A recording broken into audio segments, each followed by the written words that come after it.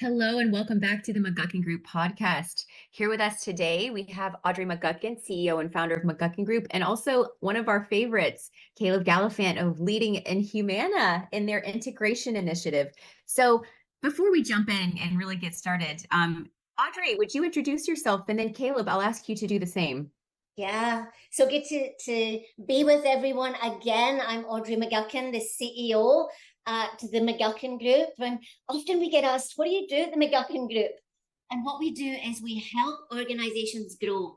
We help them grow their business through talent and leadership. Catherine and you and I were just in Fremont yesterday, and we had business leaders and HR leaders around the table, and those are my favorite moments is when both can come together. So it's a pleasure to be here, and can't wait for the conversation with Caleb. Yes. Caleb, please, would you introduce yourself to our audience? Thanks for having me. Caleb Gallifant. I'm actually with an organization called Humana, focused on senior insurance as well as senior care. And so predominantly working with 65 plus and Midwest, Southeast, and a bit on the West Coast as well. Been with the organization for 10 years, and it's been an exciting journey in healthcare. I'll say, admittedly, I didn't kind of foresee a career in healthcare, and now it's amazing. With an organization as amazing as Humana, it's hard to imagine not being in healthcare. So originally from Phoenix, Arizona, I currently live in Nashville, Tennessee, and love being amongst this community, which is very robust when it comes to healthcare. Well, thank you for sharing. And it's great to get some insight into your unexpected entree into healthcare. Well, tell me a little bit more about your early career and how did you land into this really exciting space? Yeah, so I actually went to school in Waco, Texas before it was cool. Now it's very cool. And it was fun. It's where I met my wife, and went through the business school there, degree in finance. And I came out sort of not really knowing where I wanted to be, but I had skills in digital marketing, website design, things like that.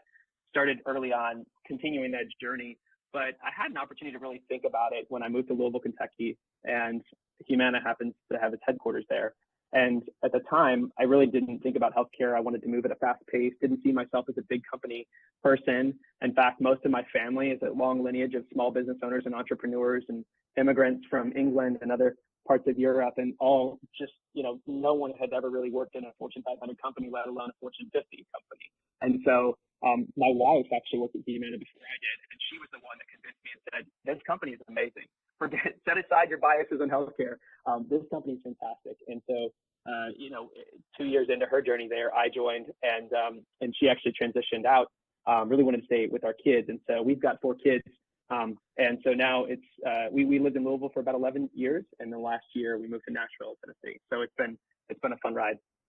Ah, and that's so interesting. And we love to hear the journey. That's what we're all about at the McGuckin Group. You're on a journey and we're delighted to come alongside you.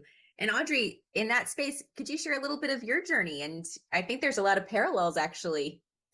Yeah, to tell my story as well. And I was born and raised in a small village in Scotland that has a population of 1,000 people, and left school at 16, went to work in a factory. At the time, in Scotland, Livingston was known as Silicon Glen versus Silicon Valley. And so there were lots of electronic factories there. So I went to work there and did my thing. And then eventually I went to work for an incredible company called Jabil.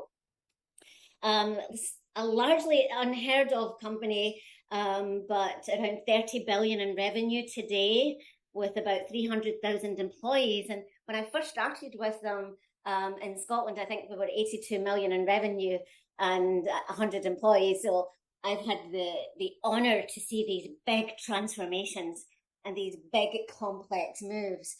And then eventually I moved to the US, and St. Petersburg, home for me here in Florida. And I have twin beautiful 21-year-old girls. And this has been home. And yet I was only able to get my US citizenship a year ago because I didn't have 5 consecutive years in the US, because I was in Singapore, then I was in Europe. And so really proud and honored to now be a US citizen and have Scotland still in my heart. Yes. Thank you for sharing that. Yeah. Something that is really important to the leadership style that you bring is your personal journey. And so I wonder, Caleb, you talked about your entrepreneurial family and these small business owners. Can you share a little bit of how that shaped your leadership style and your agility? Because I see you and Audrey both as fast movers and agile. Yeah, it's a huge part of it. I've told my team this too. I mean, a part of what keeps me engaged in a company of our size and scale is exactly that, the opportunity to be entrepreneurial inside of the four walls of a larger company. And if I didn't have that, I think it would be difficult to thrive because it's sort of in my DNA. And when I say that, sort of the entrepreneur, it's very much more of, we have this big, gnarly problem that we really don't know how to address. And my current work is probably like endemic of this, which is, we're trying to figure out how to take the insurance side of our business, which is, doing almost, 80 to 90 billion in revenue in total, and then taking the provider side of our business, which is quickly becoming a 15, $20 billion business. And how do you bring those together to benefit the lives of our common patients and members? And, just leaving that to chance and hoping that the organization will eventually get there strategically was not a risk we were willing to take. And so they said, can someone help come figure this out? And so for me, I get excited by opportunities like that. I know for others that might feel daunting. It doesn't feel familiar. You're not part, there's no machinery, there's no scaffolding, there's no infrastructure, there's no team. And so then it sounds like, wow, this sounds like a recipe for failure. And for me, I think this is exciting and I cannot wait to get involved here and sort of build something from scratch and figure out how to bring multiple people across the organization to actually get aligned around this common problem that we have, which is that our patients experience fragmentation of healthcare everywhere they go. And so for me, the entrepreneurship is very much how I think, how I'm wired, how I motivate myself, because I think most entrepreneurs in what they do in their own journey are very passionate about the why. They're very tethered. This is the thing I care about. This is the thing that gets me out of bed every morning. And so for me, I'm very similar. Like the mission of our company and improving healthcare which is roughly 20% plus of GDP right now. It's a healthcare problem, but it's also a socioeconomic problem, right? For some of our most oldest and most vulnerable populations, it's just exciting. And so I think entrepreneurially, looking at gnarly problems and getting excited about the why, it shapes everything. Audrey, I know that's just hitting on every chord for you. Chime in. What are your reactions and your perspective on that? I love, Caleb, this idea of why do we do what we do? And when I first became an entrepreneur, the first thing I did is I hired a business coach. And the business coach would really help me reflect and think things through. And the next thing I did is I hired a therapist. And then so I had a business coach and a therapist. And now I have a business coach and a therapist and I have a psychiatrist. So I am all about leveraging help to figure out what's your why. And it's not easy. Every leader that we talk to and we say, what's your purpose and why do you exist? And they say, I haven't really spent enough time thinking about that. And I haven't spent enough time processing that. And the reason I share, the tribe that helps me is I've went really deep to say, who am I and why do I do what I do? And a lot of it starts in your childhood. And I was just telling Catherine this story the other day when the small village I was raised in, I remember I was either between 8 and 11. And there was a 3-year-old that was murdered in the village, and there was dissension on, who had committed the murder, and somebody got the blame for it that had learning difficulties, and I felt justice wasn't served. And so a big part of why I do what I do is this idea of justice, meaning justice for people, and what that means is having great leaders so that they can serve. And the fascinating thing is I ended up being a pen pal and writing to a convicted murderer for 8 to 10 years because I had this strong sense of justice and I didn't feel like justice had been done. And I said to Catherine, I don't know why my mum just said, no, you're not doing that. You're only 10 years old.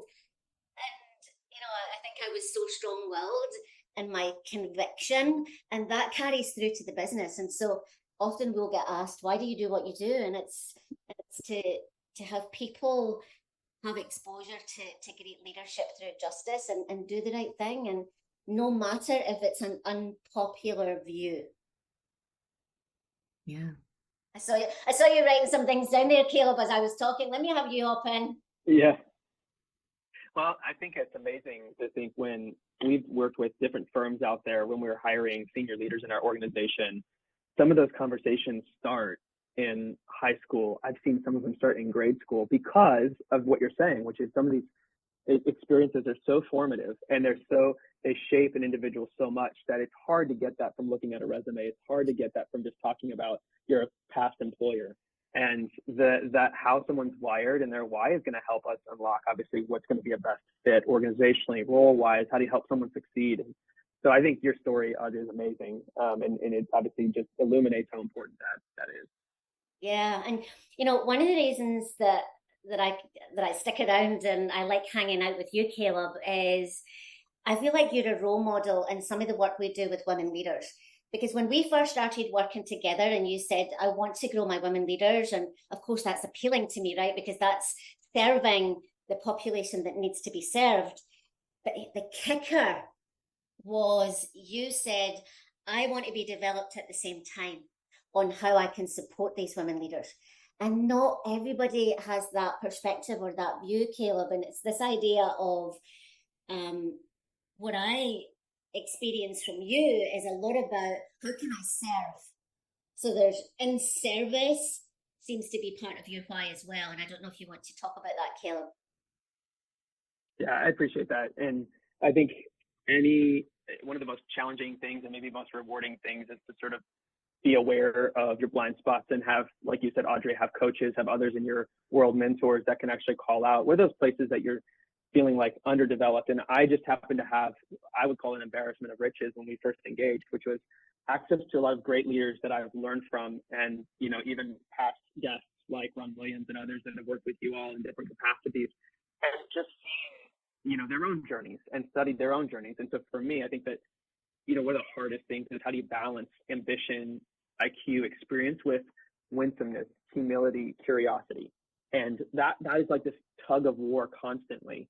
And so for me, it was more of a question. I could say I have amazing people on my team. We're looking to build a world-class organization and product at the time.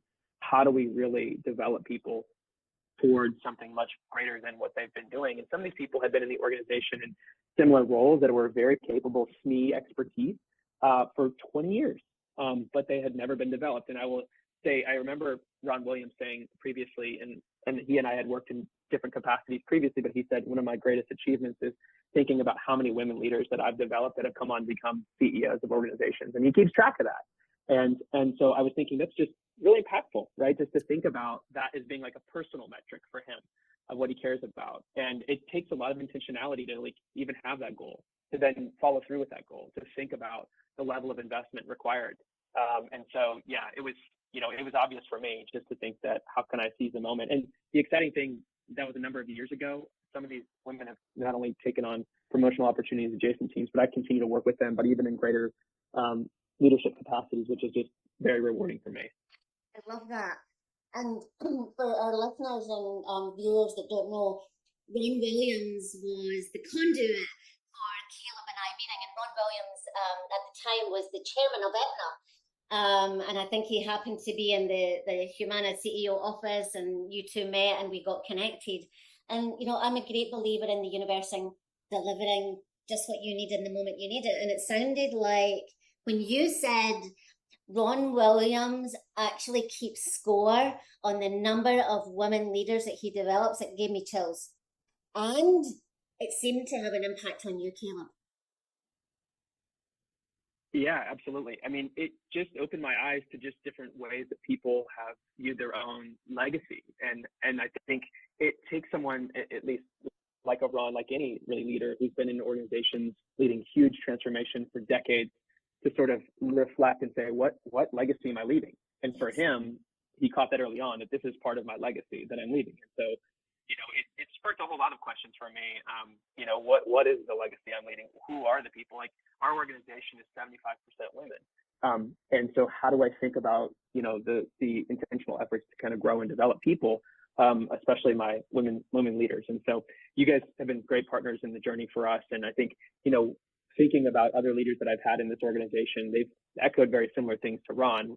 And some of them are like, look, the soft skills matter more than the hard skills over time. and they're the hardest to master too, because it's easy to come in with hard finance skills, hard analytic skills. I say easy, but I mean, relatively speaking, any discipline. But when you talk about like being, again, winsome, navigating people, leading through influence, those are very difficult. And I think it's very possible to grow in your career through subject matter expertise and raw experience and raw ambition and actually never master those skills. And so whether it's just a broad category of talent development, leading through influence, like for me, those have been very much part and parcel of what I've gravitated towards, and certainly am continuing to develop personally. Yeah, I'm going to give a point of view here for a second, but then I wanted to follow up with a question. So I think one of the most critical skills for leaders is empathy. And often what we'll see people scratching their head, or they'll look at us sideways and think, what does that mean? And said more simply or more practically, empathy is the ability to walk in somebody else's shoes. It's the ability to walk in somebody else's shoes and feel what they're feeling and see what they're seeing.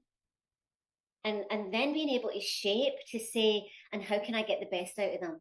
But one of the things that I was interested in, that when you talked about legacy, Don Williams' legacy as the chairman of Aetna, what do you want your legacy to be, Caleb? Yeah, it's a big question, and I feel like every time I look back over 5 or 10 years, I try to be very, intentional with like reflecting at the end of a quarter, how am I doing across every category that I care about? And for me, that's beyond career, right? It starts with my wife and my marriage. It starts with my kids. It starts with every kind of, what are my goals? What am I trying to do? And then certainly more I reflect actually with my wife every year and just say, sort of what were some of the transformative moments. I do this with my team. We just actually did an exercise a month and a half ago in our sort of end of year reviews and perspective, and we just said, what were the defining moments? And when I look back over 5 years, I'm always amazed at actually how much progress we took, but I feel a little dissatisfied in 1 year. So what I've tried to teach myself is continue to think in increments of 5 years around levels of transformation. Sometimes 10, 20, 30, it's so ethereal, it's so out there, and it's hard to really put your marker out there. So, I think for me, like I have gravitated towards people. Like talent is my number one legacy. It's I had a conversation internally yesterday. I said, this is the hill I'll die on, right? It's people. I'll trade off a lot of other things, but the people hill I will always be the most passionate about. And I learned that. I actually learned the importance and criticality of that. I learned it informally from a lot of amazing corporate leaders over years and years. And I learned it recently from leaders that I've had, our former chief strategy officer, now CEO at Acadia Healthcare, a man named Chris Hunter, just Brian Kane, now president of Aetna. Seeing these guys and just how passionate they were about the people side of the business really shaped me. And so for me, my legacy is going to be on people, and obviously fits into this, what we were talking about earlier, and what I've learned from Ron as well. Oh, I love that. I love that, Caleb. And I do think that it's people that come in your life that can really help you shape your legacy, because it's not an easy thing to do.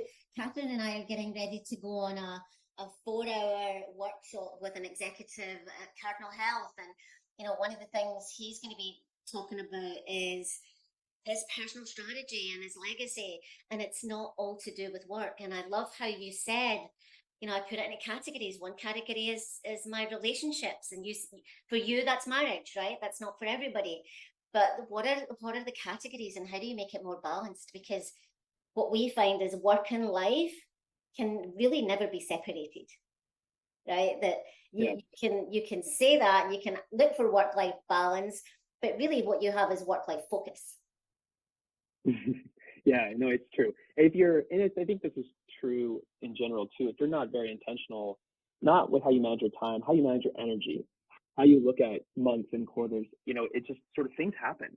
Things get in the way, and it doesn't matter who you are. You could have 0 kids, you could have pets, but just life happens, and it clouds out a lot of, and then you start to look back and you said, wow, I felt busy. A lot of things happened.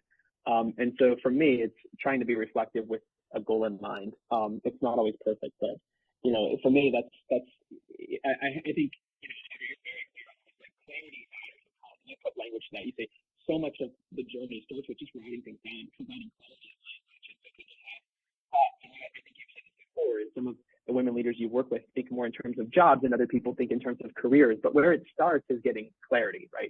Putting language on things. And so for me, I've always thought about that as part of this sort of reflectiveness and goal setting as well. I heard a venture capitalist once say, clarity is better than cleverness. And I don't know why, it sticks with me a lot, right? We can do a lot of great, cute, wonderful, innovative things. At the end of the day, it's always going to come back to the why. It's always going to come back to the sort of what's the essence of what we're trying to do.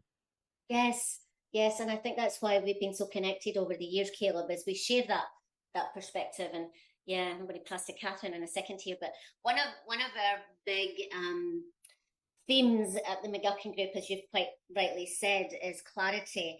But we put a little more emphasis on it. We call it blistering clarity. And so you see that language is very guttural and memorable, which is blistering clarity. So I'll leave us with that. But Catherine, let me pass that. Yeah, this has been an amazing conversation up to now. One of the things that I'm really intrigued by is the approach to managing a team, leading a team through change. And how do you bridge the uncertainty and the necessary agility that I know both of you as leaders have in spades with providing clarity on all those iterations? And how do you thematically navigate that? Maybe Caleb, you could share, and Audrey, we'll have you round us out. Yeah, embracing agility and then obviously the clarity. Those sort of, to me, they actually go hand in hand. Agility is going to sort of talk about speed. Clarity is going to talk about our why. And ultimately, I'd say it's all going to be balanced in sort of the context that you're in, the goals, the organization, however small or large, or your own personal life. And so I always start with the sort of the problem or the opportunity and the what is it actually we're trying to do. And it's amazing how much of your life or your meetings or things can go by without just starting with that simple piece. It's such an obvious truth, hidden in plain sight. But this has so many different, flavors to it. One of the most, I think, impactful leaders that I've learned from informally, haven't met him. He's passed away now. Is Clay Christensen, and he's written many books, Millionaire's Dilemma, Harvard Business School. But one of the books that he wrote really stuck with me, called Competing Against Luck. And it's sort of like, how are you going to compete in this day and age where like life passes you by or things are just kind of given the chance? And he has this concept that he's popularized. He didn't come up with it, but popularized, called jobs to be done. And the concept is this, that people don't buy your products. They hire them to make progress in their lives. And so, if you're Starbucks, you don't compete just against Dunkin'. You compete against any functional substitute to complement breakfast or help energize your day. And so the business you're in is actually fulfilling a need someone has, which is in my case this morning, was to get caffeinated, right? And to get energy. But I didn't just buy coffee. I actually hired the coffee to do a job for me. And when I think about clarity and I think about that, that's really where this starts, which is what are we hiring? Who's hiring us? Who's hiring Humana to fulfill, or hiring Centerwell in a provider business? Who's hiring us to take care of them? Who's hiring us to help them actually live a healthier life or to manage their chronic diabetes or to sort of, extend their life longer given their series of chronic diseases? We have some of our members and patients that we serve that take more than 15 medications. For the average person, you sort of can't fathom that. But to me, that's the clarity. It's always about the customer. It's always about the member. It's always being very clear about the problem. The agility is really about ways of working. And in an organization our size, that can be so challenging. And agility is something we really talk about a lot. But I would say agility and any piece of clarity really starts at the top. The organization's got to say, this is what we're committed to. I will say that, just as an aside, I was actually reading another book this weekend called Slow Productivity.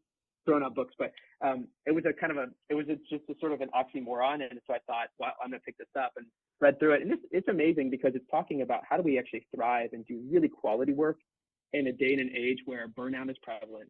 People are constantly churning and they're measuring success and their worth by how busy they are. Mm-hmm. And I think that the danger, I'll just say the caveat in my desire for speed and agility organizationally is also that we're focused on the right work and it's quality work. And so, pick that up if you're interested in it. I think it was a really good read and also good for at least this point in time in our generation. I love that, Caleb. I love that. And, I think our approach to change goes back to this capability of empathy. And so we have a philosophy of let's start with who before what. And it's good to say, what are we trying to solve for and where do we need to get to and what's the to and from? But we like to start with who. Who are the constituents? If a client comes to us, before they even start talking about the problem they have, we want to get to know them. You know, we had conversations about your 4 kids and, you know, that you're married and where you lived. And we like to do that because we think that the relationship can help you go further and change because of the trust and the empathy. And often we'll get asked to say, what do you mean by trust? And for us, it's, do I trust your character? Do I trust your competence? Do I trust your communication? So, you know, do you have the right things to get the work done? Do I trust that? Do you say what you're going to do? And do you show up with integrity? And all of those things matter when you're building trust. So I think there's a big element of trust in the change management journey and the world that you and I both live in, Caleb. Yeah, I couldn't agree more. I you know, again, a formative sort of mentor from afar, Patrick Lencioni, talks about in the 5 dysfunctions of a team. If you don't have trust, you're never going to get results. And it's sort of the foundation, the bedrock. And it's often overlooked just because it sounds so soft. Again, coming back to this theme of the soft skills matter over time more than the hard skills. It's not to say that the hard skills aren't going to be, they're not going to matter. Like they're critical for running a business. But when you talk about senior leadership and navigating organizations at scale and having systemic influence, whether it's in government, whether it's in business, whether it's in personal, the soft skills really matter a ton. And so how do you get really good at the soft skills? I mean, it is, how do you,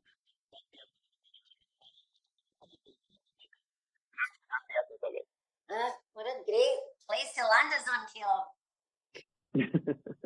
Building trust, because it all comes down to that.